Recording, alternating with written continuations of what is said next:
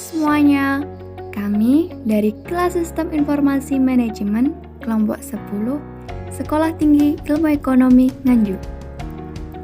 Sebelumnya, kami akan memperkenalkan anggota-anggota kelompok kami. Yang pertama, Vina Aprilia Purnamasari,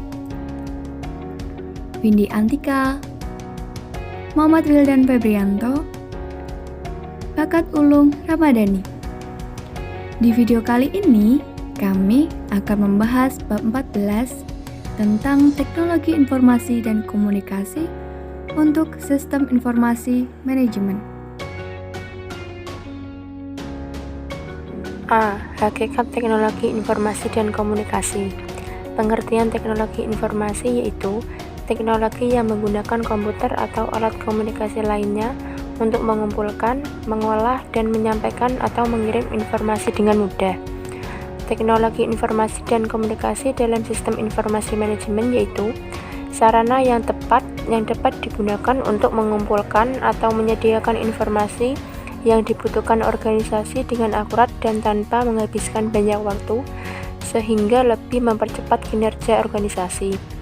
Pemanfaatan teknologi informasi dan komunikasi dalam sistem informasi manajemen yaitu akan mendukung aliran informasi berjalan dengan cepat dan akurat. Kemudian yang ada ini akan menyebabkan sistem informasi manajemen menjadi lebih efisien.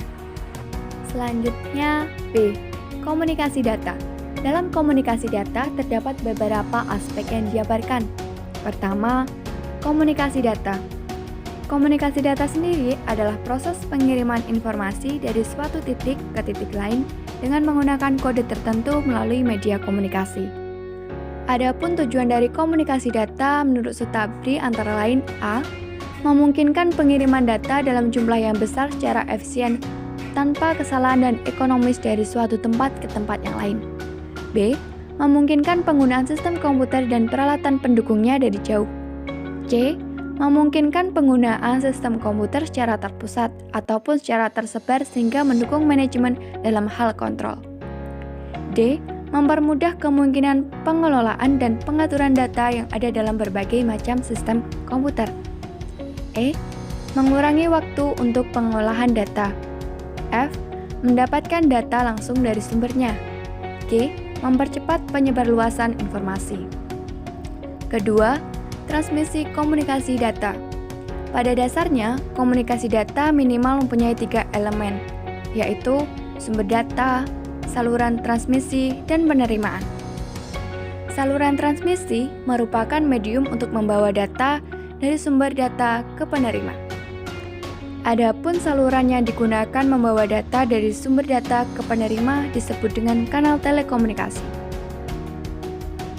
Ketiga, perangkat keras komunikasi data. Secara keseluruhan, peralatan komunikasi data sering dibagi dua. Pertama, Data Communication Equipment. Data Communication Equipment atau DCE adalah peralatan-peralatan yang digunakan untuk komunikasi data dan berorientasi pada proses komunikasi. Contohnya, media komunikasi, modem, stasiun relay, dan sebagainya. Adapun Data Terminal Equipment atau DTE adalah peralatan-peralatan yang digunakan pada komunikasi data, tetapi lebih berorientasi pada interaksi pemakaian, bukan pada proses komunikasi. Contohnya, komputer, terminal, konsentrator, dan sebagainya. Keempat, protokol dan arsitektur jaringan. Dalam komunikasi data, ada prosedur yang harus diikuti oleh dua buah atau lebih sistem komputer yang ingin saling berhubungan dan berkomunikasi. Prosedur ini disebut protokol. Secara umum, protokol melaksanakan dua fungsi, yaitu A. Membuat hubungan antara pengirim dan penerima. B. Menyalurkan informasi dengan keakuratan yang cukup tinggi. Dalam usaha mengembangkan protokol komunikasi data yang baru, digunakan suatu model yang dikenal dengan model Open System Interconnection. Model ini mendefinisikan sistem sebagai himpunan dari satu atau lebih komputer beserta perangkat lunak, terminal, operator, proses, alat penyalur informasi lainnya yang dapat melaksanakan pengolahan, dan penyaluran informasi. Kelima, Local Area Network atau LAN. Local Area Network berkaitan erat dengan komunikasi data, yaitu pertukaran informasi atau pertukaran data antara dua pihak yang masing-masing dapat saling mengerti maksud dan tujuan dari pihak lain. Keenam, Wide Area Network. Wide Area Network atau WAN atau sering juga disebut Long Distance Network sebagai lawan dari Local Area Network, menjelaskan tentang keberadaan sebuah jaringan yang lebih luas dari Local Area Network atau LAN. Wide Area Network atau WAN mencakup komunikasi LAN dengan LAN, komunikasi LAN dengan WAN, dan komunikasi WAN dengan WAN. C. Aplikasi komunikasi data. Komunikasi data sangat membantu organisasi dalam mencapai efisiensi kinerja. Adapun peran-peran komunikasi data yang menonjol adalah sebagai berikut. 1. Pengumpulan data atau data collection. Data dapat dikumpulkan dari beberapa tempat atau remote station, disimpan dalam memori dari komputer, dan pada waktu tertentu data tersebut dapat diolah. 2. Tanya jawab atau inquiry and response. Pemakai mempunyai proses langsung ke program atau file. Data yang dikirimkan ke sistem komputer ini langsung diproses dan hasilnya segera dapat diberikan. Bila mana pemakai melakukan dialog dengan komputer, maka sistem semacam ini disebut interaktif. Sebagai contohnya, aplikasi yang berhubungan dengan point of sales atau pembayaran di pertokoan. Pada aplikasi ini, data segera diberikan pada komputer dan hasil proses diperoleh dalam waktu yang singkat. 3. Storage dan retrieval. Data yang sebelumnya telah disimpan dalam komputer dapat diambil sewaktu-waktu oleh pihak yang berkepentingan. 4. Time sharing.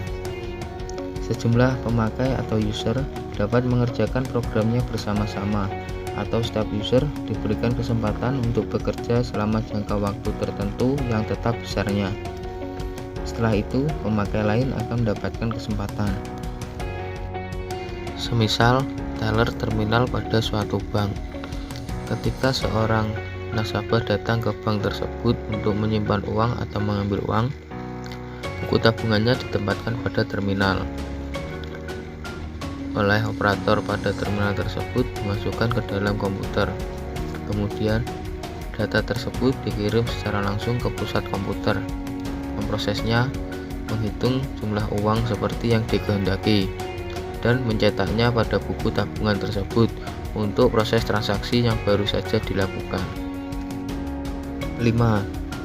Real-time data processing dan proses kontrol. Hasil proses dikehendaki siap dalam waktu yang sesuai dengan kepentingan proses tersebut atau real time. Komputerisasi sistem. Yang pertama adalah pemahaman dasar komputerisasi sistem, yaitu komputerisasi sistem berbeda dengan sistem komputerisasi, karena secara harfiah komputerisasi sistem adalah unjuk kerja manusia dalam sistem yang masih merupakan unsur yang memegang peranan penting. Selebihnya, unjuk kerja tersebut dikerjakan oleh komputer atau mesin tersebut. Adapun sistem komputerisasi adalah unjuk kerja manusia hanya 10%, sehingga manusia hanya berfungsi sebagai supervisi dalam hal ini. Selebihnya unjuk kerja tersebut dikerjakan oleh mesin atau komputer tersebut. Kemudian, pada sistem komputer terdapat dua perangkat, yaitu perangkat keras dan perangkat lunak. Perangkat keras pada sistem komputer terdiri atas masukan atau input, Central Processing Unit atau CPU, tempat penyimpanan atau secondary memory, dan keluaran atau output. Dan secara lebih terperinci, perangkat keras komputer atau dikenal dengan istilah hardware adalah Komponen yang terdapat pada bagian fisik komputer bisa dilihat ataupun disentuh secara langsung. Secara fisik dapat dibedakan dengan isi data yang terdapat di dalamnya ataupun yang beroperasi dalam komputer tersebut. Kemudian yang kedua adalah perangkat lunak. Perangkat lunak adalah sistem komputer yang tidak terlihat atau tidak berwujud. Dan fungsi dari perangkat lunak komputer tersebut adalah yang pertama, mengidentifikasi program. Kemudian yang kedua, menyiapkan aplikasi program sehingga tata kerja seluruh perangkat komputer terkontrol dan tertata dengan baik. Yang ketiga, mengatur dan membuat pekerjaan lebih efisien dan cepat. Kemudian perangkat lunak terbagi beberapa macam, yaitu sistem operasi atau operating system, program aplikasi atau application program, bahasa pemrograman atau programming language, dan program bantu atau utility. Sekian dari kami. Semoga dengan presentasi ini dapat menambah pemahaman kalian khususnya pada teknologi informasi dan komunikasi untuk sistem informasi manajemen.